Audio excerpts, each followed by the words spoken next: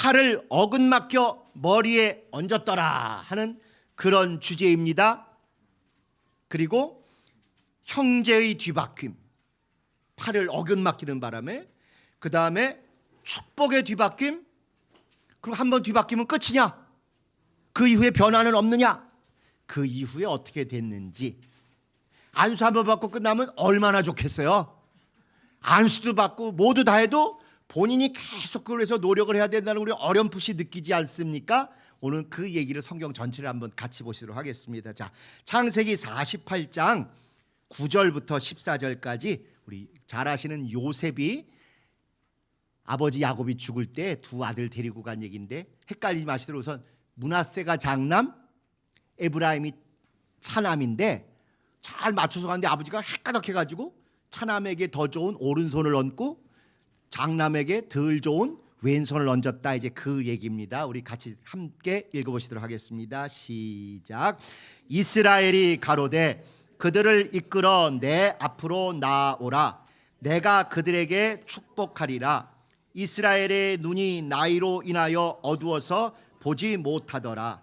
요셉이 두 아들을 이끌어 아비 앞으로 나아가니 이스라엘이 그들에게 입맞추고 그들을 안고 요셉에게 이르되 내가 네 얼굴을 보리라고는 뜻하지 못하였더니 하나님이 내게 네 소생까지 보이셨도다.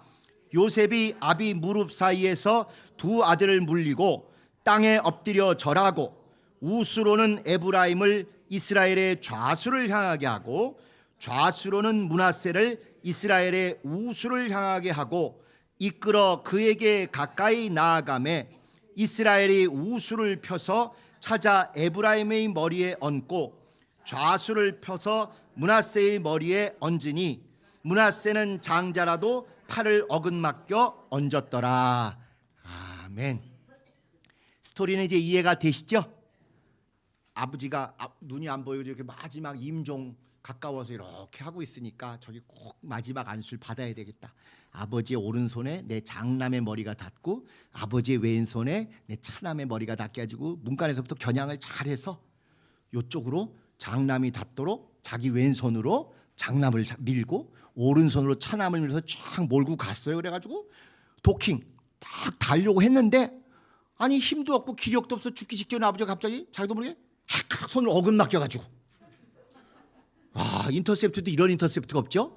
오른손으로 차남 에브라임의 머리에 닿고 왼손으로 장남 므낫세의 머리에 닿으니까 요셉이 깜짝 놀라가지고 아니 그 온 천하를 다스리고 모든 걸 철저히 행정 잘하는 요셉의 이 아이 앞에 쭉 나왔는데 이렇게 철저히 준비했는데 그게 엎어지니 얼마나 당황스럽겠어요. 아버지 스톱 이거 리허설 다시 한번 하는데 옛날 원래 잔머리의 제일 최고 대가가 누구예요?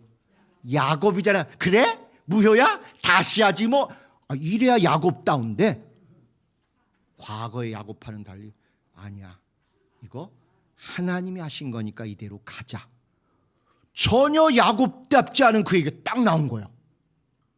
그래서 평생 자기가 잔머리를 쓰고 온갖 꼼수와 온갖 노력을 다 해서 될 듯 하는 건 산전수전을 다 겪어보고 나니 진짜 이제 신앙의 참된 정금 같은 신앙이 돼서 우리가 아무리 노력해도 하나님이 역사하셔서 우리 기대하고 다른 결과가 나오면 순종하고 아멘 할 일이지 내 뜻대로 안 됐네 바꿔 이건 아니다라는 그 믿음의 완성을 야곱 자신의 믿음의 완성도 보여주고 또 아브라함 가문의 믿음의 완성도 보여주고 결국 우리 모든 인류에 대한 하나님의 그 축복과 믿음이 무엇인지도 완성을 보여주는 사건이 바로 이것입니다. 그래서 오늘 이것을 그림도 보고 성경에 여기저기 유사한 사건들은 어떻게 됐는가 이제 그 얘기를 한번 좀 같이 보셨으면 좋겠어요. 이제 이 대목에서 자녀를 키울 때 편애하고 누굴 더 주고 더 주머니에 넣어주고 이런 적이 있었던 분들은 좀 많이 찔리셔야 됩니다. 많이 줬더니 걔는 가지고 나서 항상 털어먹었고 안 주려고 한 놈은 어떻게든지 챙겨서 또 다람쥐띠도 아닌데 뭔가 잘 이렇게 계속 늘어나는 걸 보고 미울 때도 있으셨을 거예요. 오늘 다 회개하시고 다 주님이 결국 하신 것이다 이렇게 인정하시고 영광을 돌리셔야 될 것 같습니다. 자, 그 다음 페이지를 보시면 궁금증. 이게 궁금한 게 이게 제일 해답이 거의 다 이게 나와 있습니다. 왜 아브라함 집안은 뭐 무난하게 흘러가는 일이 있어요, 없어요? 없어. 뭘 하나 해도 쉽게 되는 일이 없어요.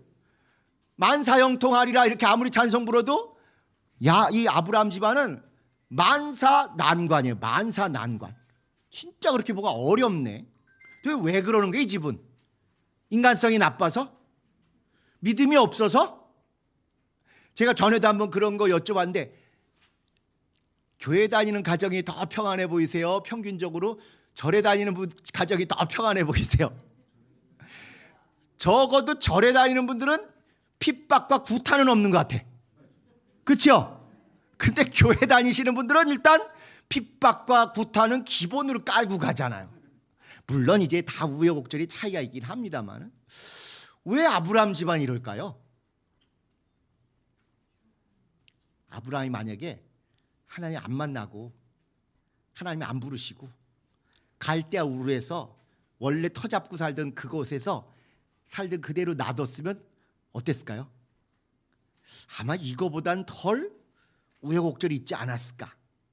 여러분 친인척 중에 시골에 그냥 계속 지금 50년, 60년, 70년쯤 사시는 그 댁하고 서울에 와서 뭐 해보겠다고 막 했던 우리 아는 또 가까운 친인척하고 여러분들이 보실 때 어디가 더 평안한 것 같아요?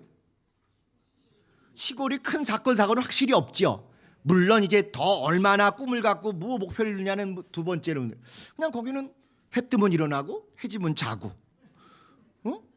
뭐 씨 뿌릴 때 되면 뿌리고 뭐 이러고 가만히 있었는데 또 어느 날 보니까 고속도로 나면서 땅값이 20배로 뛰고 그때 우리 수거라고 했는데도 열심히 달려온 것 같은데 정말 쉬지 않고 달려온 것 같은데 남는 건 별로 실속도 없어 보이고 이런 것들을 우리가 그냥 다 개인 팔자 탓으로 돌릴 일이 아니라 정말 성경의 인물들을 보면 하나님의 사랑받고 선택받고 은혜받고 구원받고 택함 받으면 그때부터 인생은 만사형통일까요? 산전수전일까요?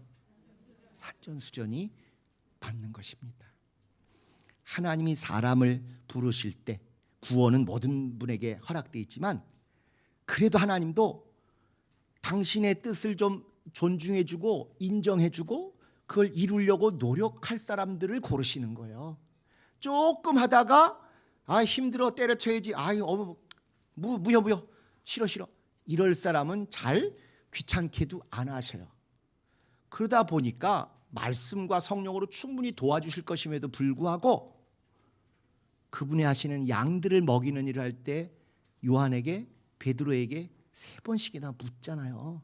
베드로에게 너 나 사랑하니? 사랑하는 거 아시잖아요. 뭐 속마음도 다 꿰뚫어 보시면서 그런데도 일부러 3번씩 물어보시니 이거 내 양을 먹이고 내 양을 치는 일 너무 힘들다. 정말 어렵다. 웬만한 사람 다 때려치고 안 하려고 할 터인데 그래 나 봐서 나 사랑해서 너는 좀 버텨줬으면 좋겠는데 그것만 나한테 좀 얘기해 줄 수 있겠니? 너 나 사랑하니? 그걸 그렇게 물어보시는 거예요. 그렇기 때문에 하나님과 무관하고 하나님의 큰 은혜와 복과 축복과 선택을 관심 없는 분은 하나님도 괴롭게 안 하셔요. 귀찮게 안 하셔.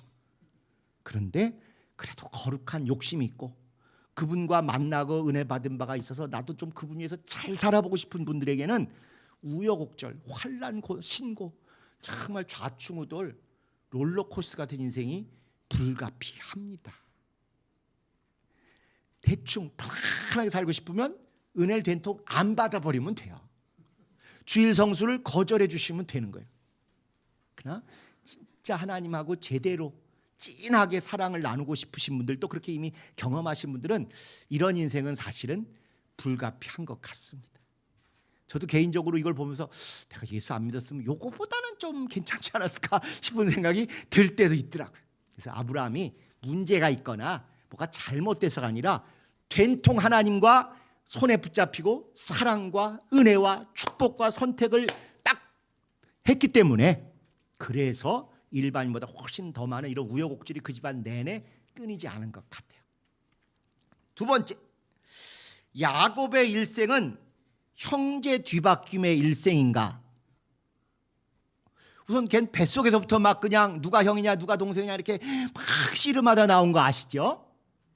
그랬다가 어쨌건 나오더니 인생의 제일 중요한 본인의 축복 문제, 장자 문제를 할 때 형 에서와 야곱이 한 번은 형이 배고픈 걸 빙자해서 낚아챘고 또 한 번은 속임수를 써서 변장을 해가지고 그렇게 해서 이렇게 아버지한테 받아냈잖아요. 형 동생의 뒤바뀜으로 자기 인생의 제일 중요한 결단을 한번 냈지요. 그러고 가서는 자기 인생에 그것보다 더 중요한 부인 얻는 데서 또 형 동생이 뒤바뀌었죠. 자기는 동생 라헬이 마음에 있었는데 술 먹고 곤드레대고 깜깜해서 전구를 안 켰겠죠. 그때 없었겠죠. 거기 들어갔는데 자기 장인어른이 누구를 밀어넣었어요? 레아를 싹 밀어넣었어요. 야곱이 알았을까요? 몰랐을까요? 당연히 몰랐겠죠. 그런다 또 그냥 할렐레 하는 가운데 그냥 이렇게 해서 아침에 일어났더니 내 옆에 누워있는 분이 누구셔요? 아니 응? 처형이 왜 누워 계신 거야? 아 이게 또 물를 수도 없고 우리 동네에서는 우리 집안에서는 우리 지방에서는 언니가 있는데 동생 먼저 시집가는 거 없어 하니까 또 못 얘기를 척하고 그래서 결국은 형 동생이 또 뒤바뀌는 인생이 이막이 또 시작이 됐잖아요. 근데 이제 노년의 마지막 인생이 끝날 때 또 한 번 형 동생이 바뀌는 체험을 했으니 정확히는 자기의 손자 아까 에브라임과 므낫세가 장남 에브라임이 차남인데 그 둘이 바뀌어서 이렇게 그러니까 결국 야곱의 일생이라는 게 뒤바뀐 일생이에요. 뒤바뀐 일생.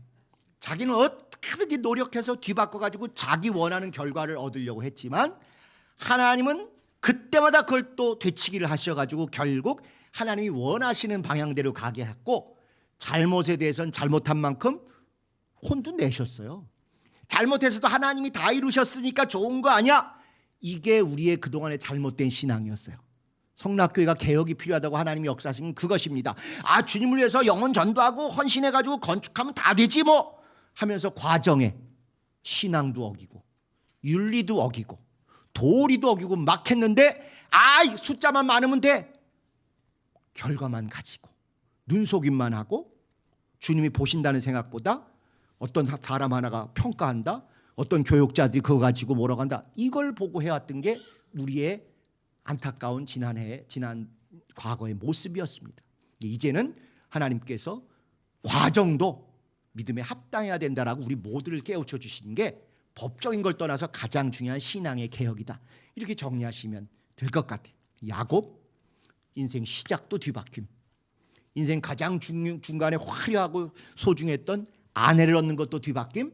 인생 마지막 끝장에도 뒤바뀜으로 끝나면서 내 맘대로 하는 게 아니구나. 내 생각대로 되는 게 아니고 주님 뜻대로 해야 되고 주님 뜻대로 주님이 결과를 이루시는구나. 이걸 죽기 전에 겨우 터득하고 인생을 마친 게 그 야곱의 일생입니다. 자, 세 번째.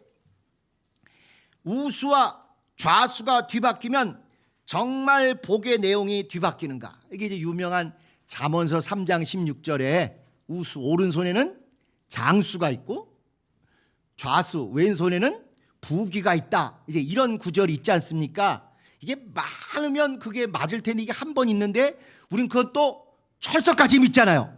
물론 성경 한 번 나와도 하나님 말씀 맞습니다만은 자 옛날이니까 장수가 어려워서 오른손이 더 오른쪽을 항상 우선순위를 주니까 오른손이 더 좋은 걸 거다. 장수. 왼손은 곧 다음 거 역시 좋은 거긴 하지만 이 부귀 21세기에 여러분의 선택을 여쭙습니다. 장수와 부귀 중에 선택하신다면 그렇죠. 부귀 있는 장수. 요즘 뭐 가끔 보니까 그런 거 남자들 곤란하게 하는 질문이 있더라고요. 여보 둘 중에 하나 선택해봐. 100억 받고 세상에서 제일 예쁜 여자랑 사는 거, 100만 원 받고 나랑 사는 거. 꼭 부인들이 이걸 물어보더라고요. 함정에 빠뜨리려고. 그러니까 대답을 못하고 이렇게 있다가 그래도 거의 대부분의 한국 남자들은 눈치가 있어가지고 당연히 100만 원 받고 당신하고 사는 거지 했다가 어떻게 혼나요? 그럼 내가 세상에서 제일 예쁜 여자가 아닌 거야? 완전히 어디를 선택해도 다 걸려드는 거예요. 100억 받고 세상에서 제일 예쁜 여자랑 사는 거, 100만 원 받고 나랑 사는 거, 다 속마음은 이건데 이거 했다는 후환이 당장 오늘 저녁부터 이게 굶을 것 같으니까 눈치를 착 돌려가지고 요걸 선택했다. 100만 원 받고 당신하고 사는 거지 했다가 그럼 내가 세상에서 제일 예쁜 여자가 아니란 말이야? 그러니까 정답은 뭐예요? 100억 받고 세상에서 제일 예쁜 여자인 당신과 사는 것이다. 이거거든요. 세상살이 어려우시겠네 이거. 이거 마냥 요즘에는 진짜 장수보다 사람들이 이 돈이 하나님도 이게 제낄 수 있을 정도로 사람들에게 그렇게 막강한 것 같아요. 자, 여러분 한번 생각해 보세요. 가끔 장례식 같은 때 이렇게 예배 드릴 때는 그렇지만 어디 장이 잡히나 또 이럴 때 저 같은 경우에도 이렇게 성경책 들다 보니까 축도를 할 때 이렇게 하게 돼요. 뭐 가끔 목사님들 다른 경우에도 이렇게 축도하시는 거 보셨죠? 한 손만 들고 해서 이거 100점짜리 축도예요? 50점짜리예요? 아니면 빵점짜리예요? 그럼 지금 죽은 사람 또 유족인데 장수하라고 오른손을 들었으면 장수의 축복만 나가고 부귀는 장례 치르면서 다 거덜나라는 얘기요? 저는 그게 의문이고, 또 예전에 우리 그 배려운동 열심히 할 때 어떤 목사님 한 팔이 좀 없으신지만 아주 영감 있으신 목사님 기억하시죠? 그 목사님은 항상 이러셔요. 이분 교인들은 부자 있을까요 없을까요? 왜? 오른손으로만 축복하셨는데. 이게 뭔가 오른손 왼손이 각각 그 복을 나타나는 것도 믿어지지만 그걸 안 들었다고 해서 또는 그게 없다고 해서 내가 입으로 이렇게 얘기했는데 그게 그러면 안 이루어지는 걸까? 아닌 것 같죠? 그런데 로마서에 이런 말씀이 있어요. 마음으로 믿어 의에 이르고 입으로 시인하여 구원에 이른다. 마음으로 우리 남편이 믿는 것 같아. 근데 입으로 목사님 신방 갔을 때 여보 당신 예수 믿다고 얘기 좀 해봐 얘기 좀 해봐. 아무리 구박해도 요 인간이 해야 안 해요? 내 속을 뒤집어 놓으려고 안 한다 이거요. 마음으로는 믿는데 입으로 시인하는 요 인간 요 구원 받을까요 안 받을까요? 성경에 그렇게 나와 있는데.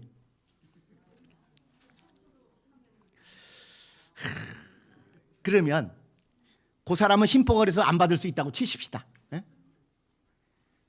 언어 장애인, 벙어리, 마음으로는 100% 믿어.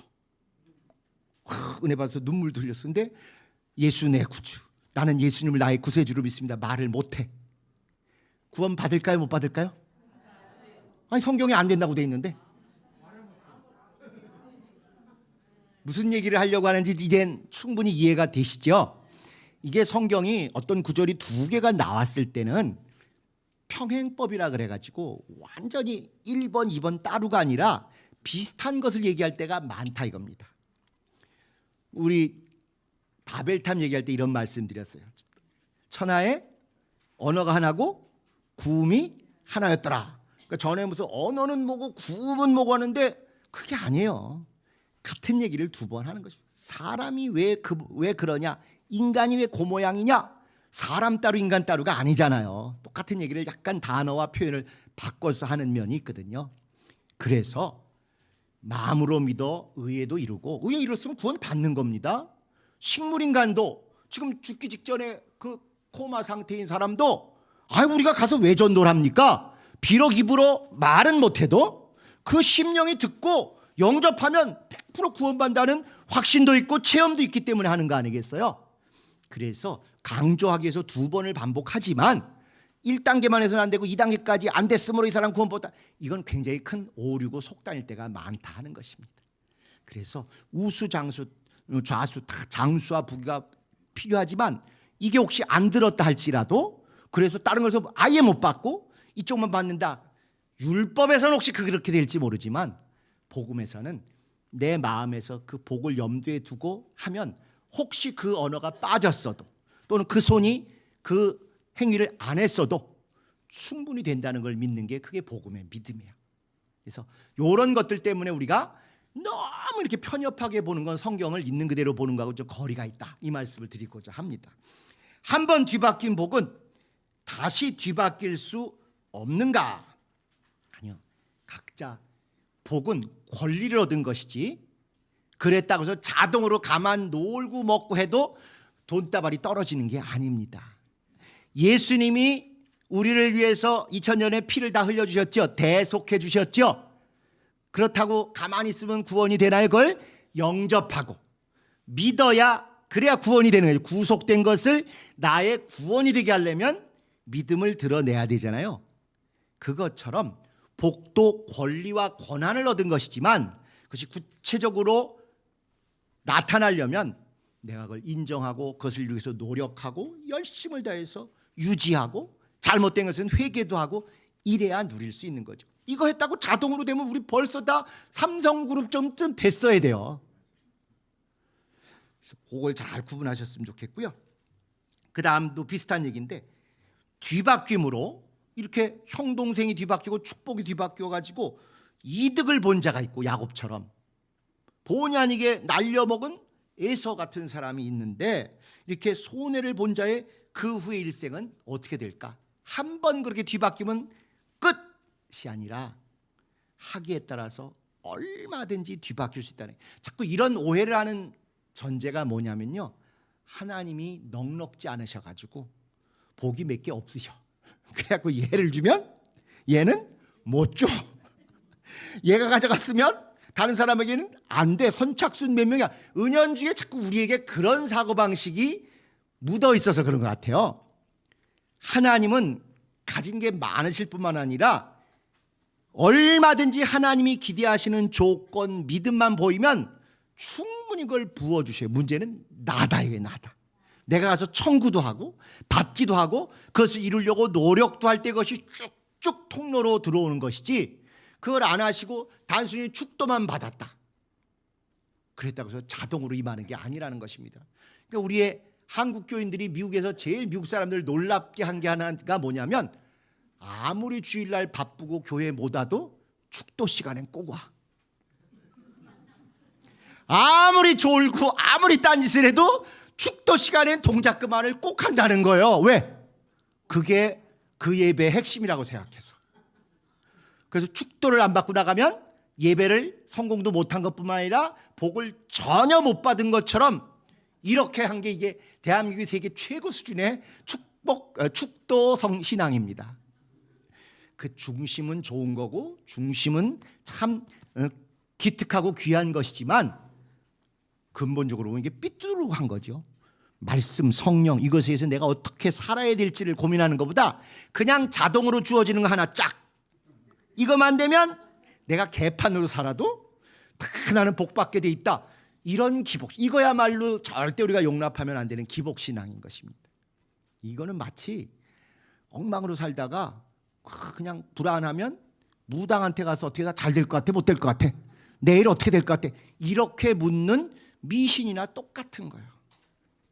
그래서 이 축도에 모든 것이 걸려 있다고 하는 이것이 진심을 다해서 믿음으로 사모하고 또 내가 저 말씀과 저 축복 기도에 합당히 이번 주도 살아야지, 이렇게 될 때 그것이 위력도 있고 열매도 나타나고 이런 것이지, 내내 졸다가 또는 내내 말씀 싫어하다가 딴 생각하다가 그 시간에만 이렇게 잘했다고 저절로 이렇게 되는 거, 하나님은 그렇게 역사 안 하십니다.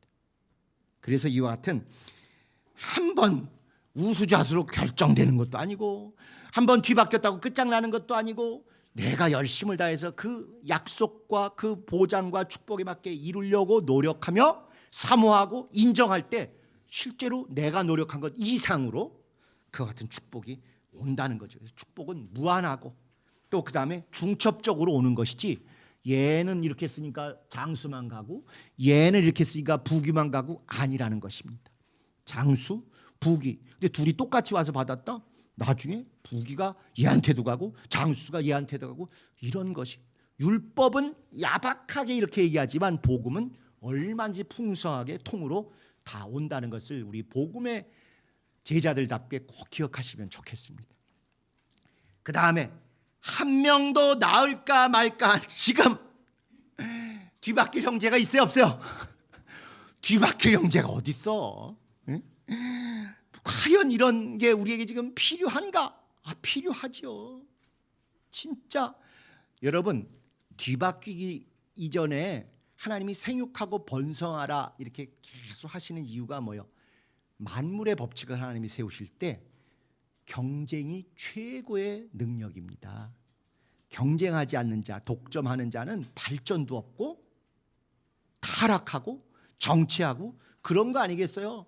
살려고 버둥거리고 정말 힘을 다해서 노력하고 뭔가 좌절되고 안 됐을 때 그걸 뚫어보려고 할 때 짐승과 다른 인간의 초능력 같은 그런 게 나오는 거 아닙니까? 온대지방에 사는 우리 같은 이렇게 사계절이 있는 지방에 사는 사람이 착해요? 열대지방에 사는 사람이 착해요? 말도 안 되는 질문이죠. 응? 그런데 우리는 어떤 선입견이 배냐면 열대지방은 그냥 가면 아무 데서나 따먹을 과일이 있으니까 게으르고 노력 안 하고 이런 반면에 우리는 사계절이 있어서 겨울을 대비해가지고 열심히 노력해야 되니까 힘을 다해서 노력하니까 발전하고 이런다. 현상은 맞지만 요런 우리가 필리핀, 베트남, 태국, 미얀마에 살았으면 어떻게 돼요? 우리도 똑같이 그렇게 사는 거예요. 왜? 환경이 우리를 그렇게 닥달하지 않으면 우리도 똑같이 주저앉고 느슨하게 살 수밖에 없는 피조물입니다. 그러니까 선입견을 가지고 어떤 민족은 어떻다 어떤 민족은 어떻다가 아니라 누구든지 그런 환경에서는 분리할 수밖에 없는 거죠. 그 얘기는 뭐냐? 고난과 역경이 당장 겪을 때는 힘들고 어렵지만 그게 있어야 노력하고 발버둥 쳐서 정말 한계를 넘어서 이겨낼 수 있는 것입니다. 우리나라 자원이 많았으면 우리가 사람에게 이렇게 투자했을까요? 절대 안 했죠. 자원 제일 많은 데가 아프리카하고 저 남아메리카입니다. 자원 많아서 그들 얼마나 지금 잘 살아요. 착취만 당하는 거예요. 소위 선진국이라는데 우리는 선진국이 착취할 게 없어. 착취 당할 게 없어요. 믿을 거라고는 사람밖에 없어서 죽자 사자 사람 속에 투자했더니 오늘날 비로소 우리 어르신들의 그 헌신 덕분에 우리가 빛을 보는 거 아니겠습니까? 역경과 고난과 환난은 하나님이 주신 축복이라는 게 당장은 승질나고 믿어지지 않을 수 있지만 조금 길게 보면 분명합니다. 그렇기 때문에 경쟁을 해야 돼요. 경쟁을 해서 많이 나가. 그러니까 형제들 중에 많이 있고 그 중에 나중된 자가 먼저 되기도 하고 그 중에 더 하나님의 복을 사모하고 막 열심히 하는 놈이 막내로 태어났는데 나에게는 국물도 없겠다. 사생결단을 내야 되겠다. 하고는 노력하다가 보면 또 앞서기도 하고 하나님의 특별한 섭리로 축복과 은혜도 있지만 기본적으로 이렇게 많이 낳는 가운데 많이 있는 가운데 경쟁하고 그래서 정말 우수한 결과 우수한 작품들이 나온다는 것이죠. 그렇기 때문에 결국 소위 사회성이라는 게 단순히 형제 없이 혼자 자라서 버르장무리가 없다 이 차원이 아니고요. 생존과 완성에서도 이 사회성 같이 치고받고 상호작용하면서 자라는 게 성경의 원리입니다. 생육하고 번성하라. 생육하고 번성하라. 자, 나중된 자가 먼저 되는 게 이게 형제들이 다 뒤바뀌는 게 결국 나중된 말째가 장자권을 갖고 동생이 형을 뛰어넘고 다 그런 거 아니겠습니까? 그래서 나중된 자가 먼저 된다는 주님의 말씀은 옛날에만 통하는가? 아니면 성경에만 통하는가? 아니면 오늘날 우리에게도 여전히 유효한 세상의 최고의 법칙인가? 그걸 한번 오늘 같이 지금까지 나온 얘기들과 그림을 보면서 한번 상고했으면 좋겠습니다. 네, 넘어가시죠. 요건 이제 아까 설명드렸는데 야곱 형제 뒤바뀜의 일생 에서와 야곱의 뒤바뀜은 잘 아시고 또 레아와 라헬의 뒤바뀜도 잘 아셔요. 이제 12아들들도 역시 똑같이 그 집안은 뒤바뀜의 집안이어서 그런지 또 뒤바뀝니다. 제일 먼저 태어난 루벤과 그 다음에 나중에 왕권이 생기고 주님의 오시는 통로가 됐던 유다가 장남권을 갖고 이렇게 다투어요. 그런데 루벤이 훌륭할까요? 유다가 훌륭할까요? 둘 다 별 볼 일 없어요. 어쩌면 똑같이 나쁜 짓들을 해. 루벤은 혹시 기억하시지만 자기 서모 비라와 통간하였더라. 아버지의 부인 넷 중에 두 사람 말고 또 몸종 출신 둘이 있었는데 그 중에 그 몸종 출신 서모 그 엄마하고 선을 넘었다 이거요. 장남 자격 있어요 없어요? 없죠. 유다는 어때요? 며느리인지 와이프인지 아리까리한 짓을 저질렀잖아요. 둘이 똑같아. 누가 더 나쁘냐? 인륜으로 볼 때 서모라도 그거는 그래도 남이지만 하여튼 둘 다 문제 많지요. 그런데도 불구하고 요셉이 팔려가거나 나중에 애굽에서 요셉을 만나고 이럴 때 전반전에는 루벤이 내가 책임질게, 내가 죽이지 말자 그랬지 않냐, 왜 내 말 안 듣냐 하고 나름 동생을 보호하지 못한 것에 대해서 후회를 합니다. 그리고는 아버지 야곱한테 만약에 못 데리고 올 것 같으면 우리 아이들을, 제 아들을 대신 죽이겠습니다, 이런 정도로 나름 장남다움을 보여요. 또 요셉이 여기 후반전 가면 거의 비슷하게 야곱이 또 베냐민을 만약에 못 데리고 오게 되면 내가 다 책임질게요, 아버지 나를 죽이세요, 내가 그 핏값을 치르겠습니다. 이게 한 끗 차이지만 차이가 커버렸어요. 아까 말씀드린 서모 비라고 사고친 죄하고 며느리하고 사고친 죄는 뭐 50보 100보 다 나쁘다고 치는데 결정적으로 그 막내 아들 베냐민을 어떻게 아버지한테 잘 데리고 와서 아버지 슬프지 않게 할 거에 대해서 루벤은 잘못되면 내 아이들로 대가를 치를게요 이렇게 한 반면에 유다는 내 목숨으로 대가를 치를게요. 요 하나 때문에 루벤은 이게 장남 중에 좋은 면도 있지만 나쁜 놈이 지만 알잖아요, 장남들은. 그래가지고 사고를 치거나 나중에 대가를 치러도 자기 아들들로 치러. 왜? 나는 소중하니까. 이게 어느 집안에 각각 그런 장남들 키우신 경험이 있으신지 없으신지 모르겠습니다만은 유난히 이기주의자 장남이 있는 집안이 있어요. 그럴 때 빈말을 해도 말이야, 아버지 내가 책임질게, 이래야 장남인데 내 아들로 책임질게요. 그런 반면에 유다는 아버지 내가 책임질게, 내 목숨으로 책임질게요.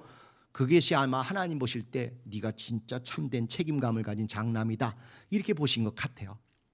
그래서 혈통으로는 루벤이 장남이지만 섭리로는 이렇게 유다가 장남인 것처럼 바뀌었어요.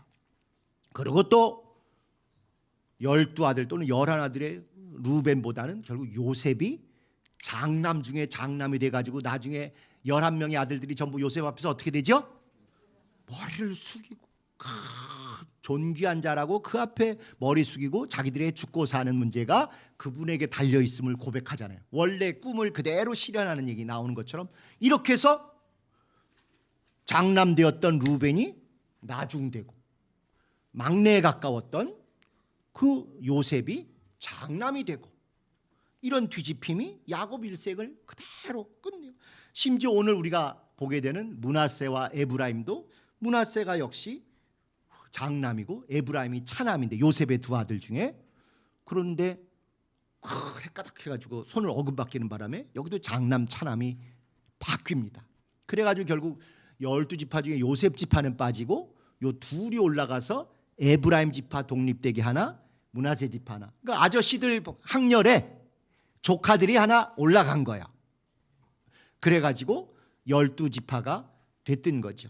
사실은 장남의 권한은 의외로 성경에서 딱 한 가지밖에 없어요. 재산을 2배 상속받는 거. 영적인 거 없어요, 구약에는. 재산을 2배. 왜 우리도 예전에 유교 시대 때는 장남에게 훨씬 많이 주지요. 계속 제사 떠받들라고. 심지어 여자는 아예 안 주기도 하고. 근데 지금은 달라져서 자녀들 다 똑같이 주라고 법이 바뀌었지 않습니까? 그런데 성경에 나오는 장남이 도대체 뭐냐? 우리는 여러 가지 생각하는데 율법에는 딱 하나예요. 2배 줘라. 그래서 요셉이 결국 자기 한 1인분이 아니라 아들 둘이 학렬이 아저씨들하고 같아지면서 2지파 몫을 받게 돼서 결국 그게 2배 받은 것이요, 결국 장남이 된 것입니다. 혈육으로는 말제에 가까운데 영적으로 또 재산으로는 요셉이 장남이 된 거예요. 그래서 루벤이 말제처럼 버림받고 이 요셉이 장남이 된 모습이 에브라임과 므낫세가 한 지파씩 이룬 그런 원리입니다. 자, 그림 공부로 넘어가시겠습니다. 레아와 라헬, 설명을 해서 번호까지 붙였어요. 그래서 신랑이 옷을 좀 삐까번쩍하게 입어야 되겠죠. 물론 구약시대에 저렇게 입지는 않았어요. 저게 중세에 가장 멋있는 사람들을 모델로 해서 그린 그림들이어서 그렇습니다. 지난번 바벨탑도 바벨탑이 그렇게 생긴 게 중세에 그 화가가 이탈리아를 구경 가봤더니 거기 제일 멋있는 건축물이 뭐였다고요? 콜로세움, 원형극장을 보니까 그렇게 돼 있어서 와 놀래가지고 바벨탑도 아마 그렇게 생겼겠지 하고 그린 것처럼 저렇게 했는데, 문제는 이제 저렇게 아주 꼭 이 몹쓸 사람은 저 시대에도 저 머리를 벗어지게 저렇게 꼭 그려요. 외삼촌 라반이 이렇게 야곱에게 사실은 술 먹고 지금 안 보이는 듯 했었는데 아마 아침에 따지러 온 거를 얘기하는 것 같아요.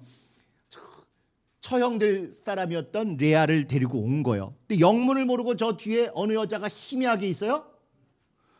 라헬이 있는 거예요.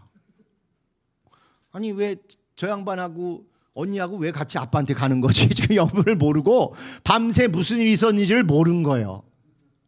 그래서 레아와 라헬이 싹 바뀌었어요. 하나님이 야곱을 잘못했다고 정죄하신 것입니다. 네가 눈이 안 보이는 아버지를 속여서 형과 동생을 바꿔치게 했어? 네가 그런 짓을 그렇게 잘해? 네가 한번 당해봐라 해가지고는 본인이 외삼촌 집에 와가지고 밤새 술 먹고 잔치하고 또 어둡고 눈이 안 보일 때, 소경은 아니지만 어두워서 눈이 안 보일 때 형 동생을 바꿔치기. 하나님이 바꿔치기 하신 거예요? 라반이 바꿔치기 한 거예요? 둘 다. 하나님이 야곱을 정신 차리고 너 잘못했다 징치하시기 위해서, 정죄하시기 위해서 라반의 그 몹쓸 마음을 사용하사 형 동생 레아와 라헬을 바꿔치기 하도록 이렇게 하신 것이죠. 영문 모르는 라헬만 뒤에서 열심히 지금 아침 상 준비하느라고 바쁘고 이랬던 것 같아요. 그 오른쪽은 이제 에서와 야곱입니다. 야곱이 이제 그러니까 이삭이 눈 어둡고 잘 안 보여서 이렇게 안수하고 축복을 하는데, 아니 축복을 받으려면 축복하시는 분을 봐야 되잖아요. 축복을 받고 있는 야곱은 지금 누구를 보고 있어요? 엄마, 이게 이제 터번을 두르고 있는데 머리가 이렇게 있는 엄마 리브가를 보고 있는 것입니다. 왜? 엄마 이거 해도 돼? 걸리면 나온다는 거 아니야? 아버지가 아는 거 아니야? 아니 축복하시는 아버지를 조금 보고 아멘 해야 되는데 속이는 게 찜찜하고 자기도 걸릴까 봐 두근두근 하니까 아버지를 안 보고 엄마 눈치 보는 게, 엄마는 뭐라 그래? 잔말 말고 그냥 봐도 목소리 형 목소리 흉내내, 형 목소리 이렇게 하고 있는 거예요. 그리고 사실은 다른 그림 때는 저 뒤에 있는 에서는 저 텐트에 지금 막 들어오기 직전처럼, 근데 요거는 이제 한 화면에 넣으려니까 바로 뒤에 있는 것처럼 그렸는데, 다른 그림에는 저만큼씩 좀 헐레벌떡 오니까 야 형 들어오기 전에 빨리 막 그런 느낌으로 그림을 그렸습니다. 그러니까 이 집안은 이게 바꿔치기에 아주 유전자가 있는 것 같아요, 가족들에게. 예, 그 다음 그림 보실까요? 형들과 요셉.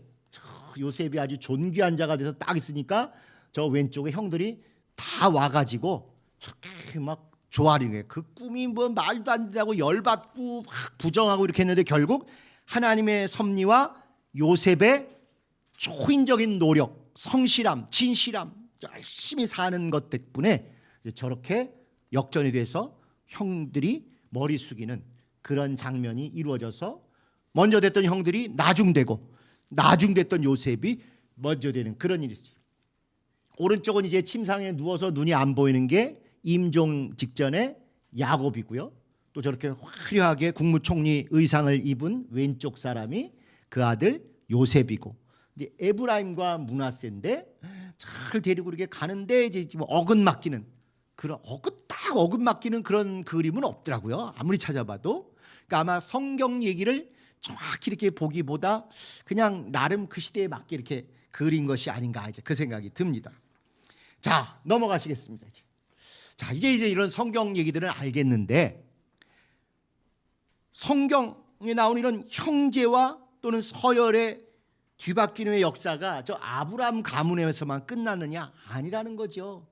가인과 아벨, 먼저 태어난 가인이 장남이고 여인의 후손처럼 각광을 받았지만 고꾸라지고, 아벨은 오히려 믿음으로 제사를 드려서 연락됐는데 그 아벨은 죽고, 또 역시 아벨 대신 셋을 주셔서 가인의 후예가 하나님의 뜻을 이룬 가문이 아니라 셋의 후예가 예배를 회복하고 하나님을 온전히 섬기는 여호와 이름을 불렀다라 하는 게 하나님께 예배드리기 시작했더라 하는 그런 역사였습니다. 역시 먼저 되었던 형이나 웃사람이 고꾸라져서 나중되고, 나중되었던 동생이 먼저 되고 하나님의 뜻을 이루는 통로가 됐던 거죠. 이스마엘과 이삭, 잘 아시는 대로 먼저 태어났지만 종의 여인에게서 태어났고, 나중 태어난 이삭이 장자로서 연령은 낮지만 영적인 장자로서 주님의 오실 길을 예비했다. 모세와 여호수아 누가 더 믿음 좋아요? 둘 다. 근데 왜 모세는 못 들어가고 여호수아는 들어가요? 여호수아가 믿음이 더 좋아서? 모세가 혈기 부려서? 그런 이유가 얼마나 맞을지 우리는 알 수는 없어요. 정확히는. 그런데 기본적으로 하나님이 경륜을 그렇게 정해 놓으신 거예요. 여러분보다 할머니 할아버지 세대는 여러분보다 더 노력하고 더 열심히 사셨을 수 있어요. 그런데 그 시대는 아무리 노력해도 365일 굶는 게 더 일상적일 수 있는 그런 시대인 반면에 지금 우리가 굶기가 죽기보다 더 어려워요. 그렇죠? 지금은 온 나라가 살 빼려고 미쳐 날뛰잖아요. 옛날에 좀 통통해야 있어 보이는데 요새는 통통하면 아유 게으른 거, 자기 관리 안 하는 거. 이게 어느 시대, 어떤 구조, 어디에 따라서 인간의 운명, 일생이 이미 거의 90%가 좌우되는 거 아닙니까? 아무리 우리보다 착하고 똑똑하고 눈이 맑고 깨끗하게 생겼어도 안타깝지만 아프리카에서 태어나면 평생을 물 길러 다니다 끝나잖아요. 4시간 걸어서 물 한 양동이 담아다가 또 4시간 들고 와서 집에 놓고 그렇게 학교 간 애들 보면 부러워하고, 자기도 글자 한번 이렇게 책 한번 이렇게 넘겨봤으면. 근데 우리는 책에, 학원에, 독서실에, 서재에 다 꾸며줘도 때려 죽여도 안 해. 그 아이들이 이 환경에 하루에 2시간씩만 와도 정말 죽기 살기로 하지 않겠습니까? 그러나 그 시대에 그 환경에 태어난 사람들은 아무리 우리보다 선하고 눈은 또 얼마나 맑고 깨끗해요. 정말 흑인 소녀들 보면 너무너무 맑고 깨끗하고 예쁘고 그렇습니다. 그런데 그렇게 그 아이들은 사람답게 산다는 게 뭔지를 접할 기회조차 없는 반면에 우리는 대한민국 역사상 가장 풍요롭고 가장 화려하고 가장 자유로운 시대를 사는데도 세계에서 제일 불행한 아이들이 어느 나라 아이들이라고요? 대한민국 아이들이래. 이 기적이에요, 기적. 이거 이러기 정말 어려울 것 같아요. 참 이게 전부 보면 뭐냐면 모세는 율법의 대명사니까 가나안 땅 들어가기 직전까지, 여호수아는 이름도 예수님과 똑같은 동명이인이니 가나안 땅에 들어가는 역할. 그러니까 믿음이 혹시 여호수아가 모세보다 좀 모자라도 직분이 그거니까 데리고 들어가는 거. 자, 그래서 먼저 됐던 모세는 결국 못 들어가고 나중됐고 시종 출신이었던 여호수아는 오히려 먼저 돼서 가나안에 들어가는 우리 주 예수 그리스도의 그 모형, 모범을 보이게 된 것이죠. 사울과 다윗, 사울이 훨씬 기골이 장대하고 옛날은 외모로 장수형이 있는 거 아닙니까? 사울은 장수형이에요. 다윗은 그거에 비하면 좀 예쁘장하긴 하지만 그거는 종이나 이런 외모일 수 있어요. 그런데도 먼저 됐던 사울은 나중되고 나중됐던 다윗은 먼저 돼요. 잘하시는 형들 7 있었지만 사무엘이 그들에게 기름 붓지 않고 막내 어디냐 하니까 그 집안에서도 아버지도 막내에 관심이 있어요? 없어요? 없어. 재고가 8개나 있는데 뭘 8개까지 신경 쓰겠어요. 그러니까 다 있는데요. 다 있는데 한참 잘 생각해봐. 또 있지 않으니까 8번 있긴 있는데요. 형들하고 비하면 게임이 안 돼. 그래 데리고 와보라고. 딱 그러는 순간 성령의 감동으로 알아보고 안수하여 기름 부어서 결국 나중되었던 다윗은 먼저 되고 먼저 됐던 형들은 나중되고 이렇게 됐지요. 다윗의 아들들이 있었는데 왕위 쟁탈전이 심했어요. 누가 왕이 될 것이냐 가지고 왕자의 난전이 극심해서 사람들이 지들이 서로 죽이고 이런 일이 많았습니다. 사실은 다윗이 그 왜 밧세바를 범하고 나서 나단 선지자가 나서 막 뭐라고 할 때 뭐라냐면 그런 놈은 4배를 갚아야 된다 이런 얘기를 해요. 사실은 구약 성경을 좀 배워보신 분은 아시지만 원래 율법에서 뭐 손해를 끼치면 20%를 주게 돼 있어요. 20%를 얹어서 보상을 해야 돼요. 근데 밑도 끝도 없이 뭐 5배도 아니고 4배 이렇게 얘기인데 그 결국 4배라는 게 실제로 재산 4배이지만 결국 다윗의 밧세바를 범한 그 사건 때문에 그 자녀들 4이 죽습니다. 4이. 내 목숨으로 값을 지급을 하는 거예요. 밧세바의 남편 우리아를 부당하게 죽였잖아요. 다윗이 아주 정말 비열하게 죽였잖아요. 그래서 자기 아들 4이 죽습니다. 왕자의 난 때문에 골고루 죽어요. 그중에 암논이라는 놈은 수컷입니다. 암논이라고 돼 있어도 저게 이제 장남이어서 첫 번째 세자인데 그 자기 배달은 압살롬의 여동생인 디나를 겁탈해요. 그러니까 나중에 그 동생인 압살롬이 암논을 죽이고 먼저 됐던 암논은 나중돼서 시체가 되고 나중됐던 압살롬은 쿠데타를 일으켜가지고 또 잠시 먼저 되기도 합니다. 또 아도니아라는 게 그렇게 이제 둘이 죽었어요. 암논도 죽고 압살롬도 죽고 왕이 될 만한 세자 후보자들이 둘 죽고 나니까 이제 아도니아가 볼 때 이제 자기인 것 같아. 자기 하나 있지만 별로 욕심이 없어 이 사람은. 게다가 이 아도니아가 볼 때 아버지가 오늘날 하시는 거예요 지금. 영 곡기도 잘 못 느끼고 아비삭이라는 동료를 끼고 이제 어떤 성적인 건 아니어도 추우니까 아마 이렇게 인간 난로처럼 했던 것 같아요. 그러니까 이제 난 것 같다 하고 쿠데타를 일으켜서 사람들을 불러모은 세력을 제사장 중에 한 그룹, 장군 중에 한 그룹 같이 12 쿠데타 하느냐 이렇게 했어요.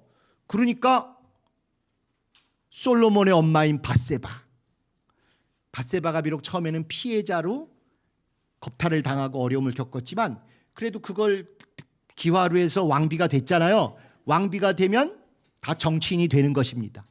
왕비의 최고 목표는 뭐겠어요? 내 새끼로 왕 되는 거. 조선왕조 한두 번 보신 분들이 아닌 분들이 모른 척 하시면 어떡합니까? 비빈이 되건 후궁이 됐건 아들 왕손 생산하는 것과 내 아들을 왕자 만드는 거 아니겠어요? 그거에 대해서 관심이 많습니다. 게다가 이걸 꾸짖고 밧세바 편을 들어준 선지자 이름 기억하시죠? 나단 선지자. 그래가지고 이쪽 세력 사람들이 딱 다윗왕에 가서 큰일 났어요. 저기 아도니아라는 애가 쿠데타 일으켜서 지가 스스로 왕 됐어요. 막 물 붓고 왕 됐습니다. 그냥 두실 거요? 하나님이 솔로몬을 왕으로 삼으시겠다고 복 주신 거 기억 안 하셔요? 막 베갯머리 송사를 했습니다. 밧세바가 자기 혼자만 갖고 안 되니까 나단 선지자랑 또 제사장 중에 다른 계보의 제사장 데리고 들어가서 결국은 솔로몬이 나중에 저 아도니아를 죽여요. 근데 죽이는데 뭘 핑계를 대느냐? 아도니아가 이제 쿠데타 실패하니까 살려달라고 바로 꼬리를 내리고는 기억하실 거예요. 번제단 뿔을 딱 잡습니다. 요거 용서의 상징이니까 피 발라서. 그래서 그렇게까지 했는데 죽일 수는 없잖아요. 알았다고. 그 다음을 뒷날을 보았어요. 근데 이 아도니아가 또 조금 헬레빼딱 하니까 아버지가 품고 있었던 그 아비삭이라는 어린 여인, 예쁘니까 자기에게 주세요. 이 또 넘지 말아야 될 선을 넘은 것입니다. 궁중에선 그런 일들이 있겠죠. 아까 무슨 르우벤이 서모 비라를 취한 이런 거나 비슷하게, 사실 그건 그렇게 좀 싸가지 없다 이렇게 넘어갈 수 있는데, 솔로몬이 또 이 머린 잘 도는 사람이잖아요. 그래가지고 네가 부왕의 품에 있었던 그 여인을 달라는 것은 곧 부왕을 달라는 것이요 왕권을 달라는 것이다.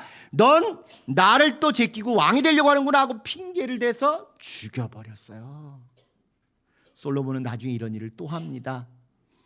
다윗이 망명 다닐 때 다윗을 막 욕했던 시므이라는 사람이 있는데, 시므이라는 야이 죽일 놈 저주받아 마땅하다 막 이랬는데, 나중에 다윗이 다시 복권이 되니까 이놈 또 이런 놈들이 눈치는 빠르잖아요.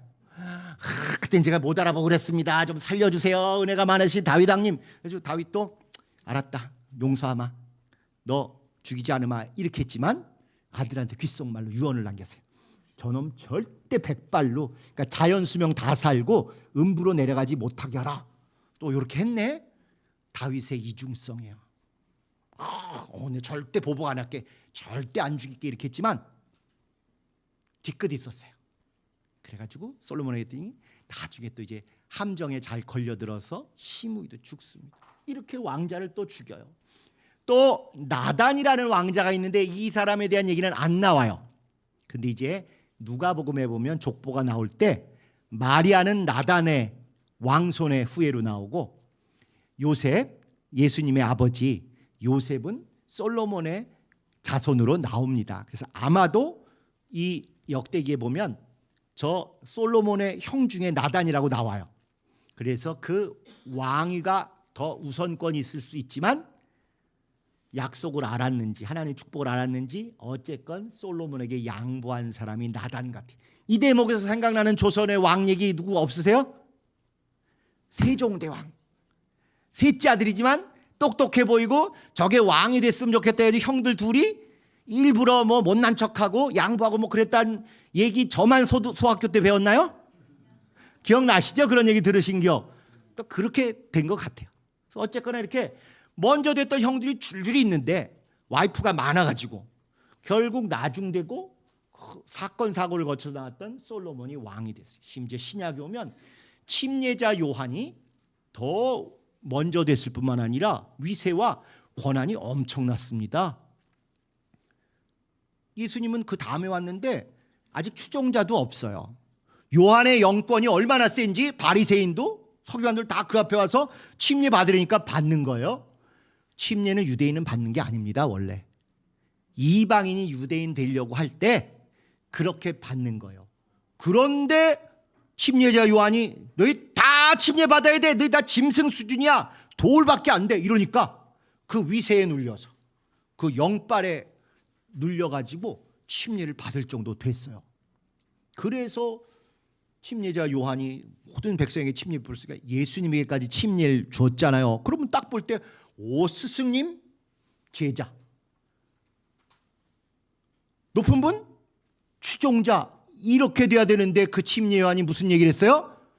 저분이 흥하여야 하겠고 나는 쇠하여야 한다. 나는 저분의 신발끈도 묶을 주제가 못 된다. 이러니까 제자들이 충격이 너무 큰 거예요. 아니 지금 세력의 크기로 보나 권위로 보나 위세로 보나 우리 선생님이 훨씬 큰데, 아니 저 지금 저 변두리에서 온 쟤한테 왜 저렇게 밀리시나, 왜 저렇게 자꾸 양보하시나, 답답한 거예요. 그래가지고 예수님의 제자들이 침례 주니까 이것도 제자들끼리 알력이 있잖아요. 야 하지마. 그거 우리 선생님 오리지널이야. 우리 선생님 거야. 허락 받았어? 안 받았지? 하지마. 못하게 막 이렇게 해요. 그런데 침례는 아니다. 그분이 흥하여야 했고 나는 쇠해야 한다. 그 얘기를 통해서 먼저 됐던 침례자 요한이 나중되고 나중됐던 예수님이 먼저 되게 하는 이 신구약의 변화를 확실히 보여주는 것입니다. 열한 제자도 마찬가지입니다. 예수님이 직접 뽑으셨잖아요. 오리지널이잖아요. 바울은 그에 비하면 가리지널이잖아요. 그런데도 사도 바울의 그 정확한 신앙의 지식 때문에 베드로도 자기가 틀린 거를 꼬리를 땡 하고 내려요. 뿐만 아니라 신약 성경에 온전한 기독교가 무엇인지를 제대로 알게 다 정리한 내용들은 다 사도 바울이 이렇게 썼어요. 먼저 되었던 열한 제자가 오히려 어떤 의미에서 나중되고, 나중되었던 사도 바울이 먼저 되죠. 물론 저게 합쳐졌을 때 온전한 우리 기독교 신앙이 되는 것이고요. 자, 마지막으로 이제 넘어가시면 가인과 아벨 그림이 하나 있긴 합니다만은 저렇게 그냥 돌로 쳐 죽이고 잔혹해요. 이스마엘과 이삭, 결국 먼저 태어난 게 이스마엘이지만 쫓겨나고, 또 이삭은 훨씬 그보다 나이가 어려서 아버지 뒤에 있지만 뒤에서 이 모든 걸 조종하는 분은 누구? 사라가 모두. 딴 때는 자기가 주체적으로 아브라함이 다 결정하면서 모리아산에 데려갈 때도, 그러나 저런 곤란한 거는 누구한테 떠넘겨요? 사라한테 다 떠넘겨. 그냥 처갓집 가서 돈 좀 꼬라는 거라든가 곤란한 건 전부 그냥 부인한테 떠맡기는 한국의 남자하고 비슷해요. 자, 그 다음 장 보면 이제 가장 이 모든 것이 농축된 그림인데 요나단과 다윗이에요. 머리에 깃이 이렇게 있는 저게 요나단이고, 거기 안겨가지고 저렇게 울고 하는 게 이게 다윗입니다. 먼저 되었던 자가 나중되고 나중된 자가 먼저 되는 모든 것의 초점이 이렇게 뒤바뀌는 게 바로 어긋막혀지는 게 저 요나단과 다윗의 이별, 포옹하고 울고 이별하는 저 장면이에요. 아버지 사울이 볼 때 제일 다윗보다 더 미운 놈이 요나단이에요. 자기 장남.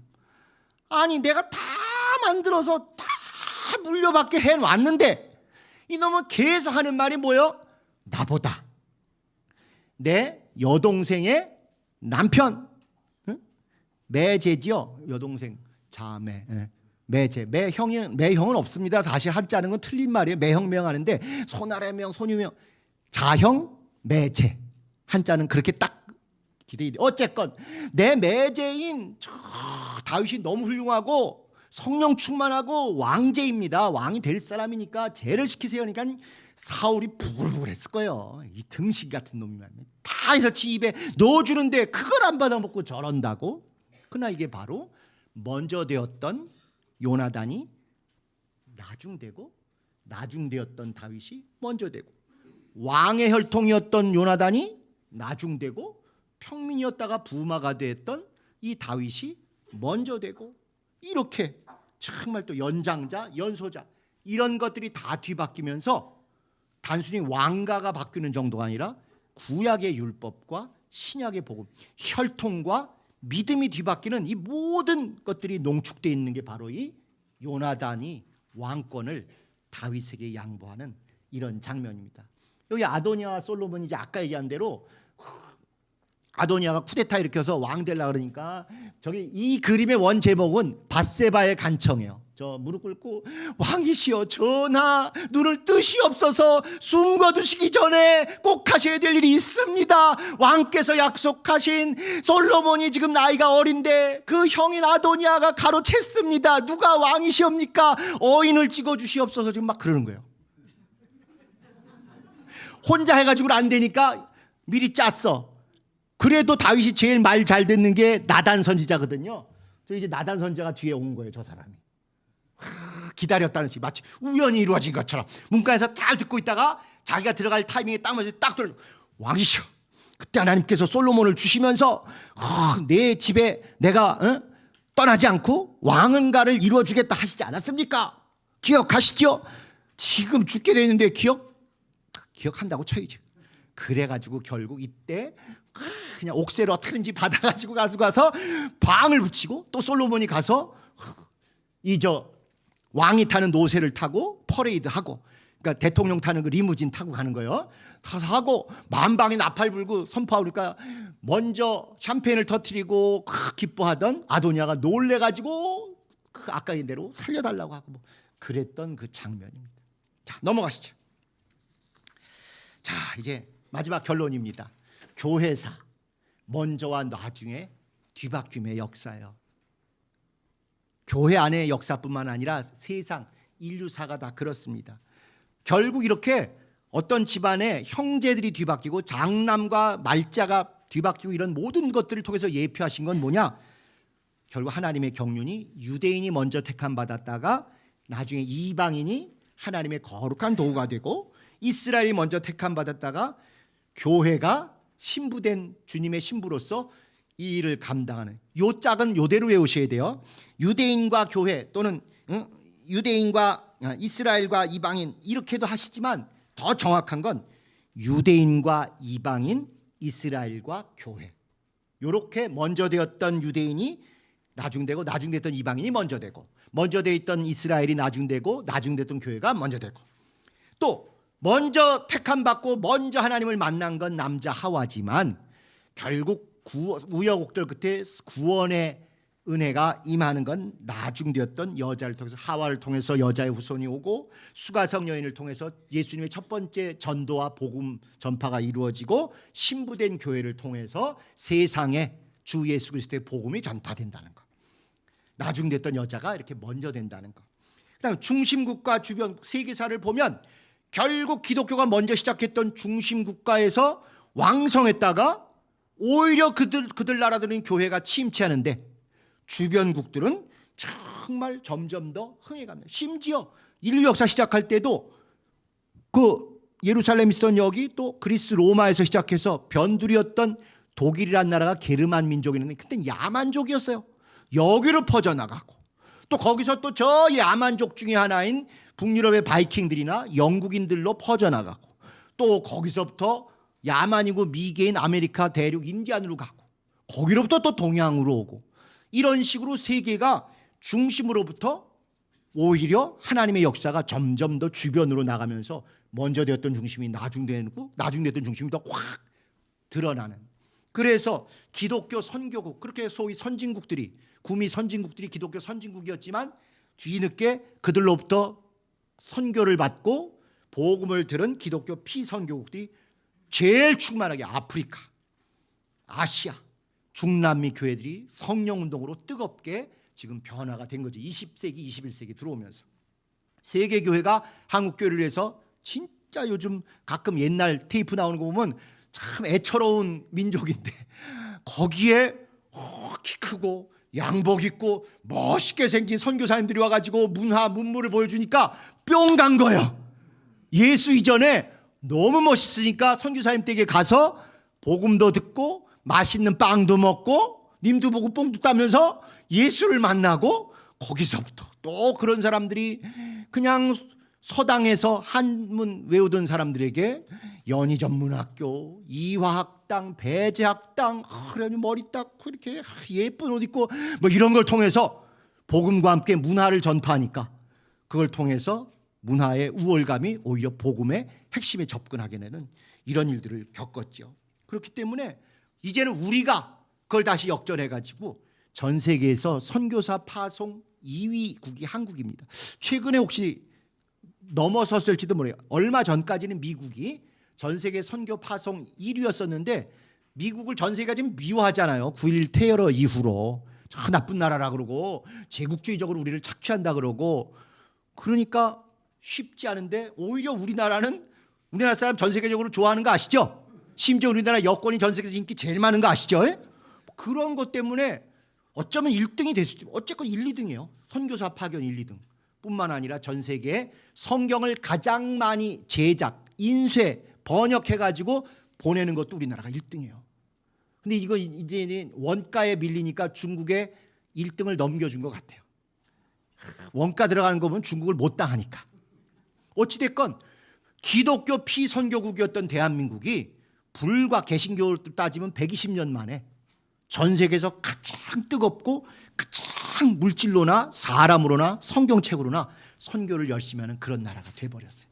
나중되었던 한반도가 진짜 주님의 은혜 가운데 먼저 되는 일들이 나타나기 시작했다는 것이죠. 한국교회 비해서 성락교회 2단이라고 이렇게 하다가 드디어 이제 그 안에서 개혁 성락교회가 가장 늦게 정신 차렸지만 정말 이 말씀이 먼저 되었다가 나중되는 말씀이 이루어지기보다는 우리같이 뒤늦게 통탄하며 시작한 우리를 진짜 가장 나중되었던 우리를 먼저 되게 가장 많이 변화되고 가장 회개하고 가장 건강하고 가장 사심 없이 그렇게 주님이 원하시는 교회를 만드는 그런 일이 우리에게 이루어진다면 나중된 자가 먼저 되게 하신 주님의 역사의 가장 아름다운 꽃 열매가 되리라고 확신합니다. 우리 이와 같은데 함께 꼭 성공하는 그런 동역자들이 되시기를 바랍니다.